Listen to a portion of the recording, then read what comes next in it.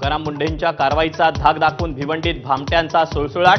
तोतया अन्न अधिकाऱ्यांनी मांडला थरार। व्यापाऱ्यांना धमकावून उकळले लाखो रुपये।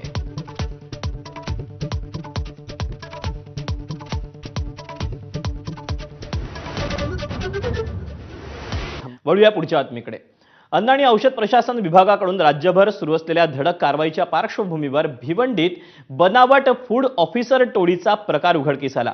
कारवाईच्या नावाखाली व्यापाऱ्यांकडून लाखो रुपयांची खंडणी मागितल्याचा आरोप या टोळीवर करण्यात आला। शांताबाई राजपूत या महिलेसह काही जणांनी भिवंडीतील नायगाव परिसरात भाजीपाला दुकानदाराकडे जाऊन स्वतःला अन्न आणि औषध प्रशासनाचे अधिकारी असल्याचं सांगितलं।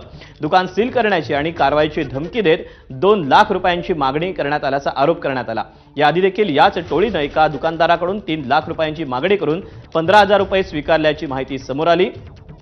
संशय आल्यावर नागरिकांनी चौकशी केली असता संबंधितांना अधिकृत ओळखपत्र दाखवता आली नाहीत आणि त्यानंतर हा प्रकार उघडकीस आला।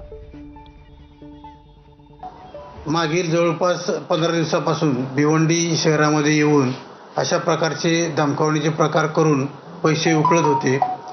काल प्राप्त झालेल्या तक्रारीवरून या 3 महिला आणि पुरुषाविरुद्ध खंडणी आणि तोतयेगिरीचा गुन्हा दाखल करण्यात आलेला आहे। त्यातील एका महिलेस काल अटक केली असून आज कोर्टामध्ये हजर केलेला आहे। माननीय कोर्टाने 14 जूनपर्यंत तिचा पोलीस कस्टडी रिमांड दिलेला आहे।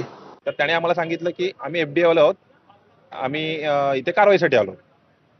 तर त्याच्यानंतर आम्ही त्यांना विचारलं की म्हटलं ठीक आहे, तुम्ही कारवाईसाठी आलात, ठीक आहे, चांगली गोष्ट आहे, परंतु तुमच्याकडे काय असं आयडी कार्ड वगैरे का आहे का? तर त्यांनी सांगितलं की आमच्याकडे आयडी वगैरे आहे, पण आम्ही तुम्हाला नंतर दाखवू।